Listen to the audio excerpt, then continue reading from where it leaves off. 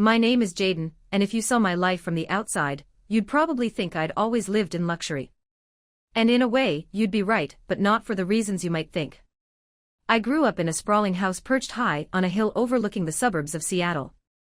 It was a masterpiece, over 18,000 square feet of timeless architecture, with a hanging garden that bloomed year-round and a tranquil private pond that mirrored the sky. The property was valued at more than $60 million, yet what made it truly priceless had nothing to do with numbers or luxury. My father, Daniel Brooks, was a master architect, the kind of man who could see beauty in blueprints and emotion in concrete. He designed some of the most iconic buildings for major corporations, but his greatest creation was the home he built for us. It took him 15 years. Every stone, every beam, every line of that house was a reflection of his dream, his patience, and his unwavering dedication. None of us ever called it a mansion. To my father, it was simply a home, one built not with money, but with values. He used to say, "A real home isn't built with wealth, it's built with the character of the people who live in it." My mother, Helen, was a finance lecturer at a local community college. She wasn't one for designer clothes or luxury handbags, but the moment she started speaking, you understood why my father fell in love with her. She could turn complex financial principles into powerful, relatable stories, and she lived by those lessons every day. I remember once, when I was 8, I begged her for a gaming console because all my friends had one.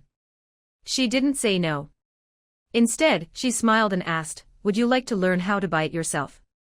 That question changed everything. From that day, I started doing chores, folding laundry, mowing the lawn, even helping my dad organize his architectural sketches and my mom's mini library. It took nearly 4 months of saving every dollar I earned, but the day I finally brought home that console, my mom looked at me and said, "You didn't just buy something, Jaden, you learned the value of what it means to earn it." Even though we had more than enough wealth to give me anything I wanted, my parents raised me to understand effort, gratitude, and integrity. They sent me to the local public school, where none of my friends knew the kind of fortune my family possessed, and that was exactly how my parents wanted it. Because in our home, character was the real currency. I took the bus to school every morning, just like everyone else. I ate the sandwiches my mom packed, usually peanut butter and honey, and I never wore flashy clothes or jewelry. To most of my classmates, I was just another kid from the neighborhood. No one had any idea that the house I went home to every evening sat high on a hill, and could have easily been mistaken for a museum.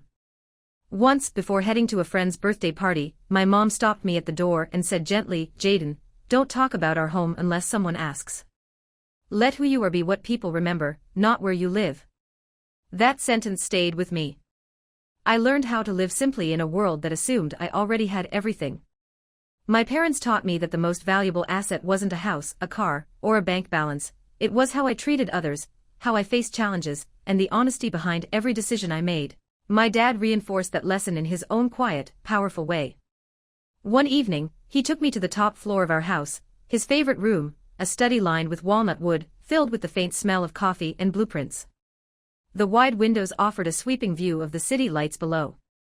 He stood with his arms crossed, looking out at the skyline, and said, "Jaden, one day this house will be yours. But remember, that doesn't mean you belong to wealth. Let your value come from what you do, not what you inherit." At the time, I was too young to fully understand his words. But now, every time I think back, they feel carved into the walls of that house, as if his voice became part of its foundation. That home wasn't just a shelter. It was a symbol, a quiet reminder that nothing is stronger than ethics and integrity, especially in a world where greed knocks daily, disguised as opportunity. I grew up carrying that mindset, living in a peaceful world most people never noticed. My father's lessons became my compass. He used to say, "Wealth without understanding only leads to loss." For years I believed that completely. Until the day the person I loved most shattered everything I held sacred. I used to think living humbly in a wealthy family was the best way to avoid judgment. But what I didn't realize was that silence, the very thing that kept me grounded, could also become a mirror for other people's assumptions. And when I was 12 years old, something happened that forever changed how I saw friendship, trust, and the fragile line between generosity and greed. I was in 7th grade at Rockridge Middle School, a modest place filled with laughter, color, and the kind of energy that made every day feel alive. I had a close group of 3 friends, Chloe, Natalie, and Madison. We did everything together, traded snacks at lunch, shared inside jokes, and spent afternoons playing ridiculous games on the school field. Natalie was the most outspoken among us, the kind of person who could turn any silence into a conversation. She laughed the loudest, talked the most, and never missed a chance to tease. One afternoon, she leaned over the lunch table and asked, "Jaden, is it true your house has an elevator? And a private movie theater too?" I gave her a small, awkward smile but said nothing. I didn't want my friends to see me as that kind of kid, the one with money and privilege. All I wanted was to be normal, to belong, and for our friendship to feel genuine. Then, one day, everything changed. It happened during recess. Chloe had brought her new gaming console to school, a birthday gift from her dad. She was so proud of it, showing us how smooth the graphics were and how fast the system ran. When she handed it to me to try, I remember how cold the device felt in my hands, right before it slipped from my grip and hit the pavement with a sharp crack. The screen went black. For a few seconds, none of us moved. Chloe didn't cry, but her lips trembled. I immediately stammered an apology, panic rising in my chest. "I'm so sorry, Chloe. I'll fix it. I promise I'll find a way." That evening, I told my mom what had happened. She listened quietly, her eyes steady on mine. Then she said softly, "Jaden, you can apologize and find a repair shop, but you can't use family money to fix this. You didn't mean to break it, but taking responsibility means putting in effort, not using what's easy." So I did. For the next 2 weeks, I mowed lawns, cleaned up the garage, and did every odd job I could find. When I'd finally saved enough, I took the console to a repair shop near school. When I returned it to Chloe, I felt relief flooding through me. But she didn't smile. Natalie stood beside her, arms crossed. "For someone rich like you," she said coldly, "a few $100 is nothing. Are you even sure that's her console, Jaden?" Her words hit harder than I expected. My throat tightened. Before I could respond, the bell rang, and the moment scattered but not the damage. The next day, whispers followed me through the hallways. Rumors spread like wildfire, that I'd broken Chloe's console on purpose, that I'd swapped it for a cheaper one, that I was a spoiled kid trying to cover it up. By lunchtime, even Madison, the quiet one who used to defend me, wouldn't meet my eyes. When a group of students took the story to the vice principal, it became official. My name was written into a report, my reputation slipping through my fingers faster than the console ever had. And for the first time in my life, I realized something my father's lessons hadn't prepared me for, that truth doesn't always win when envy and judgment are louder. I later found out that it was Natalie who had orchestrated everything, the rumors, the whispers, the quiet manipulation that turned friends into skeptics. I never understood why. Maybe jealousy. Maybe curiosity gone too far. But by the time the truth surfaced, the damage had already been done. My dad took time off work the day the school called for a meeting. He sat beside me in the principal's office, calm and composed, while accusations filled the room, claims that I had stolen, lied, and deceived my friends. He didn't interrupt once. He didn't raise his voice. When everyone had finished speaking, my father reached into his leather briefcase and quietly placed several documents on the table, the warranty papers, the repair receipt, and a signed confirmation letter from the repair shop. Then, in that same even tone he always used when teaching me life lessons, he said, "I taught my son that the truth doesn't need to shout. It just needs to stand firm." The room fell silent. The investigation ended soon after. I was cleared of all wrongdoing, and both Natalie and Chloe were reprimanded for spreading false information. But what stayed with me wasn't their punishment, it was what my father whispered to me as we stepped out of the school office. "Jaden, some people will only see your wallet, never your heart. Don't let those people define your worth." That moment changed me more than I realized. I began to distance myself from that group of friends. I didn't cut anyone off harshly, I just stopped sharing pieces of my personal life. When someone hinted at me covering their lunch or asked to borrow money, I learned to say no, politely but firmly. I wasn't becoming cold, I was becoming careful. A year later, I ran into Natalie outside a grocery store. She looked me up and down and smirked. "Still shopping at discount stores? I thought people like you only ate at 5-star restaurants." I could have argued. I could have reminded her of the truth. But instead, I just smiled faintly and nodded. By then, I had already learned one of the hardest lessons of all: you don't owe explanations to people who have already decided not to believe in you. Even now, years later, I still keep that old gaming console. It's scratched, worn out, and long past repair, but I could never throw it away. To me, it's more than a broken gadget, it's a symbol. A reminder of the first time I learned what betrayal felt like, of the importance of saying no, and of how true wealth isn't measured in possessions, but in the strength to stand alone without losing yourself. I was 35 when I met Jack at a finance seminar in Denver, where I'd been invited as a guest speaker on digital banking security. I had no idea that meeting would mark the beginning of another story, one that would test everything my parents had ever taught me about trust, values, and love. He was sitting in the third row, attentive, composed, and the only one bold enough to ask a truly challenging question after my presentation. "Is there a line," he said, "between the convenience of technology and the cost of personal privacy?" His tone wasn't confrontational.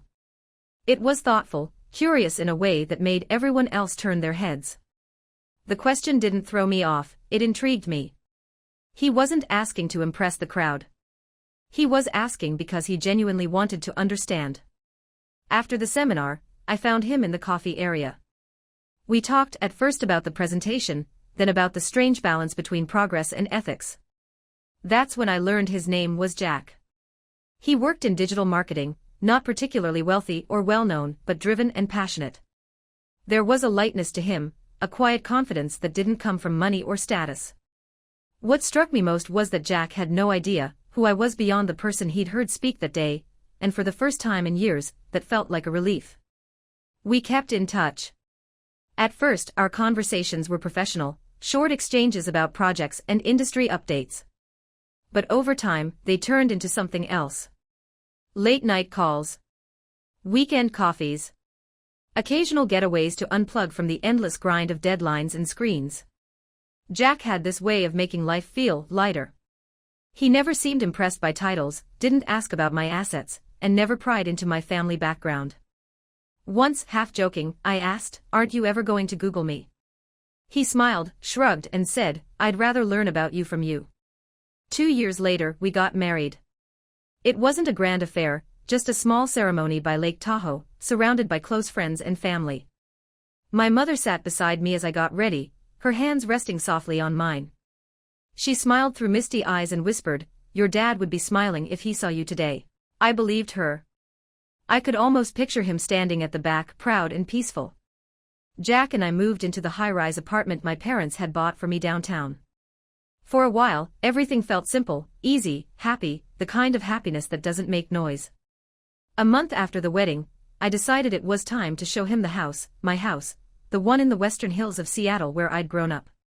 I hadn't brought anyone there since my father passed away 3 years earlier. Part of me wasn't ready. The other part was afraid that someone might see it not as a home, but as a trophy. That visit happened on a bright Saturday afternoon. As we drove up the winding road, the house came into view, the slate roof glinting under the sun, the tall windows catching light through the fiery red maple trees, the pond shimmering like it used to in the summers of my childhood. When the automatic gate opened, Jack fell completely silent. He stepped out of the car slowly, almost reverently, like he was walking into another world. And for a fleeting moment, I hoped, truly hoped, that he would see the same thing my father did, not a monument to wealth, but a home built from dreams, patience, and love. I watched his eyes closely as he stepped into the grand hallway, the one lined with rich walnut paneling, the same design my father had once sketched by hand at his drafting table. Jack's gaze swept slowly across the space, the high ceilings, the antique chandelier, the staircase curving like a piece of art. "Jaden, you lived here?" he asked softly, his voice echoing slightly against the marble floor. I nodded. "I grew up here." He gave a small, disbelieving laugh, as if trying to wrap his mind around it all. But in that moment, something flickered in his eyes, subtle, quick, but unmistakable. A spark of curiosity I hadn't seen before. After that day, his questions started. At first, they were harmless, casual, the kind any fascinated husband might ask. "How long did your dad take to build this? Who manages the garden now? Has the house ever been reappraised?" But soon, the tone shifted. The words changed. He started mentioning personal assets, inheritance, deeds, and ownership rights. He asked who made the final decisions regarding the property, and whether my mother had kept everything under her name or mine. I tried not to read too much into it. Jack was practical, detail-oriented. But a quiet unease began to take root inside me. I didn't want to think poorly of the man I'd chosen to marry. Yet I couldn't silence my father's voice in the back of my mind. The one who truly loves you will respect your boundaries, even when you don't explain them. A few weeks later, we were having dinner in our apartment. The city lights flickered beyond the windows, the scent of roasted garlic and wine filling the air. I was just pouring him another glass when he asked, almost too casually, "Jaden, if something ever happened to your mom, who would get ownership of the house in the Western Hills?" The glass trembled slightly in my hand. I met his eyes and said evenly, "That's a family matter, Jack. And I think you understand that." He smiled, but it wasn't the warm, effortless smile I'd come to love. It was thinner, colder, as if something had quietly shifted behind his eyes. For the first time since we met, I felt it, a thin, razor-sharp thread of distance stretching between us. Fragile, invisible, but real. And in that quiet space between words, a thought surfaced, one I didn't want to face. Had I mistaken affection for authenticity? Had I trusted too soon? The following Monday morning, I was preparing to join a virtual meeting with a bank executive when my phone buzzed with a message from my mom. It was only 4 words. "Jaden, your father needs you." My heart sank. I left the office within 10 minutes, barely remembering to grab my keys. As I drove toward the hospital, my mind spun through every possible scenario: confusion, denial, fear. My father had always been so strong, so steady. Every morning he still took walks through the garden, coffee mug in hand, greeting the staff with that same quiet dignity. Nothing could have prepared me for what I was about to face. He walked for an hour every morning around the backyard garden, rain or shine. He ate well, followed every bit of his doctor's advice, and never missed a routine checkup. My father had always been the embodiment of discipline and quiet strength, the kind of man who made you believe that some people simply didn't fall ill. But when I stepped into the hospital room that afternoon, I knew before anyone said a word that something had changed. He looked smaller somehow, his once steady hands resting weakly on the blanket, his face pale and drawn. When he saw me, he smiled, but the light in his eyes, the unshakable resolve that had built empires and raised me, was shadowed by exhaustion. I sat beside him, took his hand, and listened as my mother's voice broke the silence. "The doctor said it's stage 4 pancreatic cancer," she whispered. "Surgery isn't an option anymore." I don't remember my exact reaction. It was as if the world had collapsed into a dull, endless ringing in my ears. For a moment everything blurred, the machines, the pale walls, even my mother's trembling voice. My father had always been the constant in my life, the one person I believed was unbreakable. And now, I had to prepare myself for something I never imagined, a world without him. From that day on, I stopped taking new projects and rearranged everything at work to spend more time at the hospital.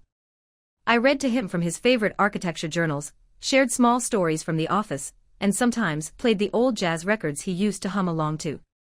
In those moments, it was almost possible to pretend that nothing had changed, that he was just resting, and we were simply spending another quiet evening together. At first, Jack seemed supportive. He brought snacks, offered to drive me to the hospital, and picked me up late at night when I was too tired to drive. But as the weeks passed, something in his demeanor began to shift. His patience, once steady, started to wear thin. One night, I came home past midnight, drained and hollow after another long day at the hospital. Jack was waiting at the door, his arms crossed, his expression tight. "Jaden," he said sharply, "how long are you planning to keep this up?" I froze. "What do you mean?" "I mean," he sighed, "I understand you love your parents, but our life needs attention too. You're gone all the time. I feel like I'm alone in this marriage." For a moment, I couldn't even find the strength to respond. I just stood there exhausted, my chest heavy. I wanted to tell him that my father was dying, that I was trying to hold together a world that was falling apart. But the words wouldn't come. So I stayed silent. And in that silence, something inside me cracked. Was this the same man who once promised to stand by me through everything, in sickness and in health, in joy and in sorrow? A few weeks later, on a quiet morning tinted with the pale light of dawn, my father passed away. My mother and I sat by his side until the very end, his hand resting in mine, still warm, still steady, even as his breathing faded into stillness. In that moment, I realized the weight of what he had built, not just the house, not just the legacy, but the strength to face life with dignity, even in goodbye. I didn't cry. I just sat there, listening to the steady hum of the monitor fade into silence, and felt a part of my heart leave with him. The world seemed to still, the soft light from the window, the quiet shuffle of nurses outside, my mother's trembling hand clutching mine. It all blurred into one heavy, unbearable moment. The funeral was held a few days later in our family's garden, simple, dignified, exactly as my father had wished. Rows of white lilies lined the path he used to walk every morning, and a soft wind moved through the trees like a final farewell. Jack stood beside me the entire time, polite, composed but distant. His words were brief, his eyes unreadable. He avoided my gaze, offering quiet gestures of support that felt more like obligation than empathy. After the ceremony, my mother called me into my father's study. The air in the room still carried his presence, the faint scent of his cologne, the architectural sketches stacked neatly on his desk. She handed me a thick file. Inside was a carefully prepared will. My father had left me full ownership of the house on the Western Hills, the mansion he had built with his own hands, the one he called the heart of the family. It was valued at nearly $5.5 million, but no number could measure what it meant to me. That house wasn't just property, it was memory, history, and love carved into every wall. Jack found out about it from a relative who'd overheard during the funeral. And from that moment, something in him changed. That evening, as we sat down for dinner, he set his fork down and asked casually, "So, what are you planning to do with that house?" I hesitated, the question catching me off guard. "I haven't really thought about it yet," I said quietly. "Everything's still too fresh." He nodded slowly, swirling the wine in his glass before adding, "I was just thinking, maybe it would make sense if both of us were on the title. You know, for legal reasons. It might make things easier later." I didn't respond. I just stared at him, feeling my pulse rise. The words were practical, but the tone wasn't. There was something deliberate, rehearsed, as if he'd been waiting for the right moment to ask. That night, lying beside him, I stared at the ceiling long after he'd fallen asleep. For the first time, I saw the faint outlines of someone I didn't recognize. The man who once admired my integrity and independence now seemed to be studying my inheritance, not my heart. A few days later, I received a call from Mr. Peterson, our longtime family attorney, and one of my father's closest friends. His voice was gentle but firm as he confirmed, "Jaden, all the transfer documents have been finalized. The house is now legally yours, completely." That afternoon, I drove to the mansion. Standing on the second-floor balcony, the wind tugging at my hair, I looked out over the garden my father had tended with his own hands, the same garden where we'd said goodbye. And in that moment, I made him a silent promise. "I'll protect this place. Always." But I could never have imagined that the first person I'd have to protect it from wouldn't be a stranger, but the man sleeping beside me every night. 6 weeks after my father's passing, the tension in our apartment had grown thick, suffocating. Jack's patience had thinned to threads. His restlessness was no longer subtle, it filled every silence, every look, every unspoken question hanging between us. He had become relentless. Every conversation, no matter where it began, somehow circled back to the same topic, the house. The one my father had left me. The one I wasn't ready to discuss. At first, I tried to be patient. I gave Jack clear answers, explained the legalities, the inheritance clause, the terms in the will. But the more I explained, the more insistent he became, as if my words weren't explanations, but obstacles he needed to find a way around. One evening, I was in my father's study at the mansion, sorting through a box of old keepsakes, his cufflinks, fountain pens, and yellowed sketches of the house he'd designed decades ago. The room smelled faintly of cedar and paper, comforting, grounding. I didn't even hear Jack come in until I looked up and saw him standing in the doorway, his expression unusually firm. He walked in without a word and set a neat stack of documents on the desk in front of me. "I met with a lawyer today," he said, his tone careful but clipped. "Jerry Peterson. He's really familiar with inheritance laws in Washington." My hands paused over the box. "Okay," I said slowly. Jack slid one of the papers forward with a faint smile that didn't reach his eyes. "He thinks it would be smart for us to co-own the house, you know, just to avoid any future complications. Legally speaking." I stared at him, the words sinking in like stones. Jack, what are you saying? Why would ownership need to change? The property is mine. It's a personal inheritance from my father, you know that. He shrugged, attempting a casual tone, but there was a glint in his eyes that wasn't casual at all. We're married, Jaden. What's yours is mine, right? It's just a formality. Something in me hardened. I sat up straighter, my pulse beginning to race. No, Jack. It's not a formality. That house was my father's life's work, and it belongs to me. It's not something you can just sign into joint ownership because it's convenient. He went quiet for a few seconds, studying me. Then, almost mockingly, he smiled. Well, he said softly, then I guess you won't be surprised to hear that I already did it. For a moment, I didn't process what he'd said. Then my stomach dropped. You, what? Jack pulled out his phone, opened an email, and slid it toward me across the desk. On the screen was a scanned property transfer document, the official letterhead, the digital stamp reading pending review, and in bold red ink, my name, Jaden Brooks, had been crossed out and replaced with Jack E. Nolan. The sight hit me like a physical blow.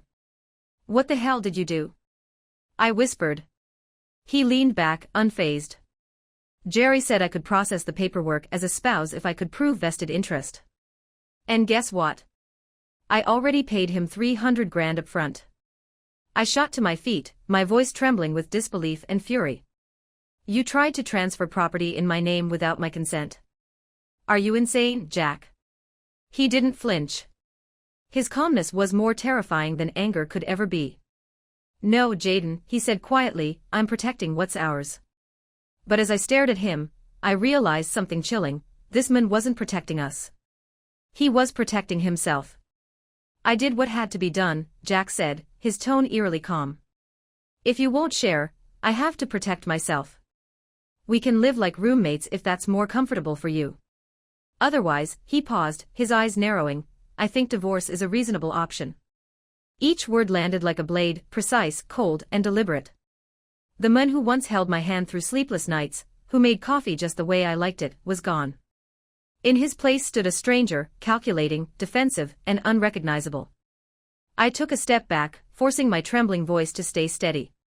Jack, what you've done isn't just wrong, it's illegal. You tried to forge ownership documents behind my back. That's not protection. That's betrayal. You took advantage of the trust one gave you. His words cut deep, but this time, I didn't argue. I simply stood there, frozen, the walls of our home closing in on me. Then, quietly, I turned and walked out. Not in anger, but because I needed clarity. Proof. I drove straight to my father's lawyer, the real Mr. Peterson, the man who'd handled our family's affairs for over 2 decades. When I explained what had happened, he listened silently, his brows knitting in disbelief. Finally, he sighed. Jaden, there's no licensed attorney named Jerry Peterson in Washington. Whoever your husband met isn't a real lawyer. If Jack paid that person, then he's been scammed, badly. And since your name was never removed from any legal record, the property is still entirely yours. For a moment, I couldn't breathe. It wasn't just the shock, it was the crushing realization that Jack hadn't only tried to steal my inheritance. He'd also been naive enough to throw away a fortune chasing his own greed. But the deepest wound wasn't about money. It was about love, the kind that once felt unshakable, now reduced to ashes of deceit. When I returned home that night, the apartment was dimly lit. Jack sat at the dining table, his phone clutched in his hand, his face pale and drawn. Jerry's not answering, he muttered, his voice trembling. I think I've been scammed. I didn't yell. I didn't cry. I simply placed a folder on the table, the original property documents, freshly certified by Mr. Peterson, confirming that I was the sole legal owner of the hillside house. Jack looked down at them, his expression collapsing into silence.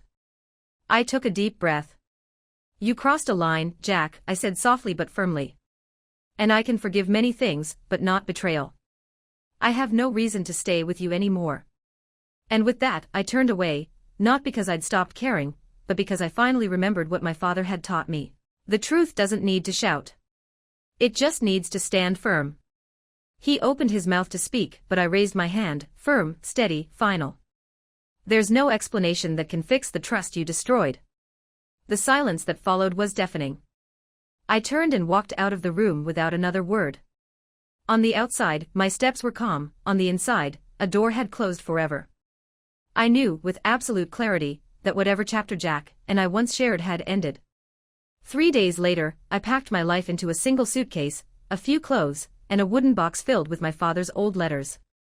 Everything else, the furniture, the framed photos, the memories and dreams we once built together, I left behind, like stones sinking quietly to the bottom of a lake. I moved back into the hillside mansion, the home that once echoed with my childhood laughter, now the only place that still felt safe. For the first time in weeks, the air felt clean. I thought that once I'd cut Jack out of my life, he'd finally disappear, fade into the distance like a bad memory. But I had underestimated the kind of greed that refuses to die quietly. That morning, while my mother and I were walking through the garden, the same path my father used to pace during his morning routines, the sharp, relentless buzz of the front gate interrupted the calm. I turned toward the security screen, and there he was. Jack. Standing outside the gate, hands on his hips, his face flushed with either rage or humiliation. I couldn't tell which. I picked up my phone and tapped into the intercom. Jack, what are you doing here? He looked straight into the camera, his voice raised and indignant. Jaden, I have a right to enter this house. You're holding it unlawfully. We need to talk. My tone stayed calm, measured, colder than I intended. I'm the legal owner, Jack. If you don't leave, I'll call the police. As if he'd prepared for that response, Jack yanked a crumpled stack of papers from his coat pocket and held them up toward the camera. I had a new lawyer go through everything, he shouted. You think you're smarter than me, but I'm not naive anymore. I didn't answer. I didn't need to. I ended the call and immediately notified security. Within minutes, 2 officers from our estate's team arrived at the gate. Jack refused to move at first, yelling that he was the victim, that I had no heart, that I'd stolen everything from him. His words echoed down the driveway, wild and desperate. But I didn't go outside. I just stood behind the tall glass doors of the mansion, watching silently as he struggled against a truth he could no longer twist. The men who once worked for my father didn't flinch. They did their job, calm, professional, unwavering, until Jack finally stepped back, shouting one last accusation into the wind before the gate closed on him for good. That afternoon, the garden was quiet again. The maple leaves rustled gently above, and for the first time in months, I let myself breathe. The house that had once been a symbol of my family's legacy now became something else entirely, a fortress of lessons, built not just from bricks and walnut wood, but from the unshakable truth my father had once told me. The one who truly loves you will never see your worth through what you own, only through who you are. I met with my lawyer early that morning to finalize something I never thought I'd need, a restraining order. It wasn't anger that pushed me there. It was exhaustion. I no longer wanted to live with the dread that Jack might show up unannounced, one moment begging for forgiveness, the next hurling threats wrapped in self-pity. I wanted peace, not another confrontation. We were just about to complete the paperwork when my phone buzzed. A message flashed across the screen from an unknown number. Jack was scammed out of $360,000. Jerry isn't a real lawyer, not licensed in any state. The text came from an old acquaintance, someone who had once collaborated with Jack on a marketing project. He'd heard what happened and thought I should know the full story. As it turned out, the man calling himself Jerry Peterson was a professional con artist. He had a long trail of victims behind him, known for impersonating legal professionals and defrauding anyone desperate enough to trust him. Jack had wired him $360,000, money he believed would fast-track the property transfer. In return, Jerry had sent forged documents so convincing that even I, for a moment, had doubted myself. When I finished reading the message, I didn't feel the satisfaction I expected, no surge of vindication, no sense of poetic justice. Just a deep, hollow ache. Jack had been reckless, manipulative, and cruel, but now he'd fallen victim to the very kind of deception he once tried to use against me. His empire, whatever remained of it, was gone. His reputation shredded, his savings drained, his pride dismantled by his own choices. And still, I couldn't bring myself to hate him. Only to feel the quiet, tired sadness that comes when someone you once loved becomes a stranger to themselves. That evening, I sat alone in my father's library, the air thick with nostalgia, and the faint scent of old paper and cedar polish. The golden light from the antique lamp cast a warm glow across the walnut desk, illuminating the drawer I hadn't opened in months. Inside was a single envelope, sealed in my father's familiar, deliberate handwriting. The letter he'd written before he passed. I unfolded it carefully. His words were as steady as his voice once had been. My dear Jaden, if one day you find your trust betrayed, remember this: trust is the most precious thing we build. It takes years to create but can vanish with a single lie. Don't mourn what was lost. Losing what's unworthy is sometimes the only way to keep yourself. I sat there for a long time, tracing the ink with my fingertips. Outside, the sun dipped behind the hills, painting the windows in shades of amber and quiet. I took a deep breath, slow, deliberate, and folded the letter back into its envelope. For the first time in months, I didn't feel broken. I felt free. Because I finally understood what my father had meant all along. True strength isn't in what you inherit. It's in what you choose to walk away from, and still remain whole. I had stepped into a new chapter of my life, one without Jack, without the shadows of betrayal, and without the weight of dreams others once tried to exploit. For the first time in a long while, I wasn't living in reaction to loss. I was living for myself. If my father had left me anything more valuable than the estate on the hill, it was the quiet strength I carried that day, the kind that doesn't shout, but stands firm even when everything else has fallen apart. Outside, the late afternoon breeze whispered through the maple trees. I could hear my mother laughing softly with the gardener, her voice light again after so many months of silence. The sound drifted through the open windows like a reminder that life, no matter how bruised, always finds a way to move forward.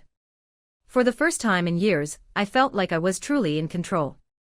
Not just of the house my father built, but of my own heart. The divorce proceedings moved faster than I expected. Perhaps because Jack no longer had the energy, or the resources, to fight. He had no lawyer, no money, and no foundation of trust left to stand on. We finalized everything in a small legal office tucked away in downtown Seattle, a quiet, nondescript place where no one knew who I was, where the air smelled faintly of paper and old coffee. A far cry from the sunlit ceremony by Lake Tahoe 2 years earlier, when we'd promised each other forever under the illusion of love. Jack said very little that day.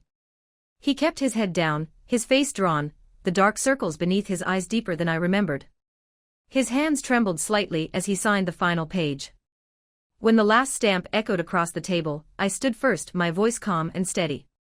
I hope you find your way back to yourself. That was all. There was nothing left to salvage, no anger, no bitterness, just closure. I returned home that evening to the Hilltop estate, and walked straight into my father's old room. It still smelled faintly of cedar and ink, the scent of his journals and late nights of thought. I decided to transform it, not into a shrine, but into a space for peace. I filled the room with books, soft cushions, and a single candle that burned through the evenings while I read, reflected, and let my thoughts breathe again. My mother stayed with me for a while, but as weeks passed, I saw her reclaim her own life too. She began taking art classes, tending to the garden each morning, and walking the long, curved path that wrapped around the pond. Slowly, the house that had once been cloaked in grief began to exhale, filling with light, laughter, and quiet purpose once more. Then came the day of my father's first memorial. We chose to keep it intimate, just a handful of close friends, old colleagues, and neighbors who had known our family since I was a child. Everything was thoughtfully arranged, a small altar in the library adorned with framed photographs and candles, and a walkway lined with white lilies, my father's favorite. The house glowed softly under the late autumn sun, every detail exactly as he would have wanted, modest, elegant, and full of heart. As the ceremony began, I stood beside my mother, the warmth of her hand anchoring me. And for the first time since he'd passed, I didn't feel the heaviness of goodbye. I felt gratitude for his lessons, his love, and the unshakable foundation he'd built, not just beneath our home, but within me. Through the gentle hum of conversation and the soft scent of lilies drifting from the library, I caught a flicker of movement on the security monitor. At first, I thought it was a deliverman or a late guest, but then I saw him. Jack. He stood outside the iron gate, framed by the pale afternoon light, looking like a shadow of the man I once knew. His face was thinner, his shirt wrinkled, his hair unkempt. There was a hollow look in his eyes, not the arrogance or charm he used to wear so easily, but something stripped down, almost fragile. When his gaze met mine through the camera, he placed a hand on his chest, as if to say please. I hesitated, the air caught somewhere between my lungs and my heart. Then I stepped onto the porch, stopping a few feet from the gate. The wind rustled through the maples above us, carrying the distant sound of chanting from inside. My father's memorial had begun. "Why are you here, Jack?" I asked, my voice calm but cold enough to draw a boundary. He swallowed hard before speaking, his tone cracked and quiet. "I just wanted to say I'm sorry. To you, and to him. I know I don't deserve to be here, but I needed you to know I've lost everything." I studied him, the man who had once shared my home, my dreams, my trust. "You had the chance to hold on to at least one thing, Jack," I said evenly. "But you gave it all up for greed." He looked down, nodding faintly. "I was duped. I was stupid. I get that now." From inside, the voices grew louder, guests gathering for the ceremony, the priest beginning the opening prayer. I took a slow breath, the weight of two worlds pressing against me, the peace I was rebuilding and the chaos that stood before my gate. "Today is for my father," I said finally. "This isn't your stage for redemption. If you still have any respect left for me, or for him, please leave." Jack's eyes glistened with something that might have once been pride, now reduced to sorrow. He stepped back slowly, but didn't turn away. "I'm not asking for forgiveness," he said softly. "Just, don't hate me." I stayed silent. Not because I hated him, but because I felt nothing left to give. No anger. No pity. Just a quiet, final emptiness. I signaled to the security team. They approached calmly, speaking to him in low tones, and escorted him away without a scene. He didn't resist. He just glanced back once, one last, fading plea, before disappearing beyond the gate. I turned and walked back inside, the warmth of candlelight greeting me once more. My father's photograph sat on the table, surrounded by white flowers and soft, glowing candles. No one mentioned Jack. It was as though he had never been there at all. The ceremony went on, the hymns echoing softly through the hall. Yet somewhere inside me, something closed for good, not the relationship, but the last fragile pieces of regret I had been holding on to. That night, for the first time in years, I didn't dream of what was lost. I dreamed of peace. I sat alone in the tea room my father had designed for my mother, a space filled with soft light and quiet elegance. Outside, a gentle rain began to fall, each droplet tracing delicate lines down the window pane. I poured myself a cup of hot Earl Grey, inhaling the fragrant steam, and let my gaze drift over the garden beyond. I thought of Jack, how he had stormed into my life, leaving chaos in his wake, and then vanished, like a sudden thunderstorm that shakes everything you think is solid. Yet, as with all storms, the rain eventually stops. The trees bloom again. The house glows in the morning sun. My mother laughs freely in the kitchen, and I can finally sleep without the weight of fear or resentment pressing down on my chest. By the time spring returned, the maple trees around the estate were budding, and I felt the quiet insistence of renewal. The sorrow over my father had softened into memory, and the scars Jack left were finally beginning to heal. One early morning, as my mother and I sat at the wooden table under the grand barberry tree, sipping coffee and watching the dew sparkle on the grass, she turned to me with a gentle smile. "Jaden," she said, her eyes bright, "do you think we could turn this place into something special for others?" I blinked, caught off guard. Then I realized what she meant. She wasn't talking about selling, or renting, or sharing the house in the usual sense. She was talking about giving it a purpose, a life beyond just being our family home. I remembered my father's words. A beautiful house isn't just for admiring. It's for living, breathing, and growing with people. Perhaps it was time for the estate to live again, to carry more than its material value or the weight of legacy. We started small. The basement, which had once been a cluttered storage space, was cleared and transformed into a warm, intimate event hall. Classic stone walls met polished hardwood floors, and soft, ambient lighting brought the space to life. Outside, we expanded the backyard into an outdoor wedding venue, a white wooden arch draped with climbing vines, rows of lavender lining the stone path, petals gently brushing the ground in a quiet celebration of color and fragrance. My mother, with her love for flowers and design, naturally took the lead as our event space curator. She arranged blooms with care, weaving color and scent into every corner. Her hands moved with the same gentle precision she had used when tending the garden, and suddenly the estate felt like it was breathing again, alive, welcoming, ready to host new memories for others the way it had once held our own. And as I watched the sun rise over the maple trees, spilling gold across the estate, I felt it, the quiet joy of beginnings, the promise of a future unshaken by storms past. She named the project the Brooks Estate, a tribute to my father and the legacy he had built with his own hands. We hired a team of young engineers to carefully inspect the house, ensuring that every beam, stair, and balcony met safety standards for hosting guests. A quiet reading room was transformed into a cozy tea party area, where afternoon gatherings could feel intimate yet elegant. The vintage ballroom on the second floor received a subtle sound system upgrade, perfect for small piano performances that would drift through the space like a soft echo of the past. Word of the Brooks estate spread quickly. The first event was a neighbor's 30th wedding anniversary, held under the warm glow of chandeliers and the watchful eyes of century-old portraits. Soon after, a young couple from Oregon booked the estate for an intimate wedding of just 40 guests. The awe in their eyes as they stepped through the gate, the applause beneath the wooden beams, the laughter carried on the breeze through the garden, it all struck me with a quiet certainty. I had made the right choice. For the first time in years, I felt free.